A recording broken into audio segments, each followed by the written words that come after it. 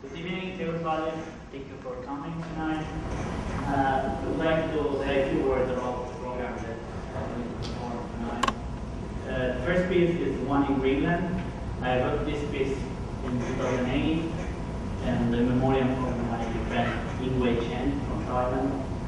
The title comes from a discussion we had once about living in a place surrounded by mostly by nature, like in Greenland, and living there without any kind of technology, telephone, internet, and so we made this kind of work, and we thought we would feel the life in another way, probably deeper. I'd like to remark a technical aspect of the piece, which is related with the meaning of it. I'm going to use a kind of mallet in this piece, and each one symbolizes parts of our life. The softest one, which symbolizes the unknown world, which for me would be something that I really don't know. For someone else, could be a spiritual world. And it will play the lowest sound in the voice. Then we have the hardest one. This one symbolizes the everyday life, the routine in life, and it will play an ostinato. Then we have the medium one.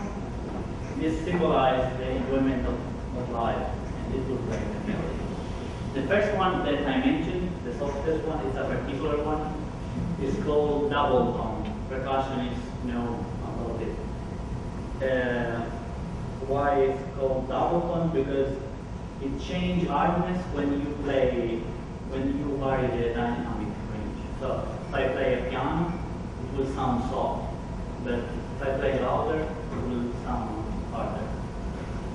So when you will hear this change of hardness, it means that the spiritual world in some way reached the worthy life. The next piece is imaginary landscape. It's written for lives, vowels, and diagonals. It is made only with 5 notes: G sharp, B flat, E, A, and D flat. This sequence of notes is played in 4 different speeds, which forms 4 different layers of colors. Everything together forms an imaginary landscape. Then we have Child of Dream, written by John Cage. It was written in 1976. And actually when he was on tour here in Arizona with the famous Cunningham Dance Company. At some point, one of the dancers brought him a cactus, a Taiwan, and Cage plucked it, and eventually this is the result.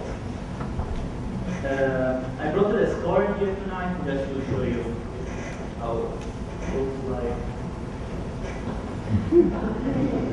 For me, it looks like a jigsaw puzzle painting. So as you can see, there is no musical notes in it, and but there are only instructions on how to perform it. So the instructions say the performance must be an improvisation and must last 8 minutes exactly.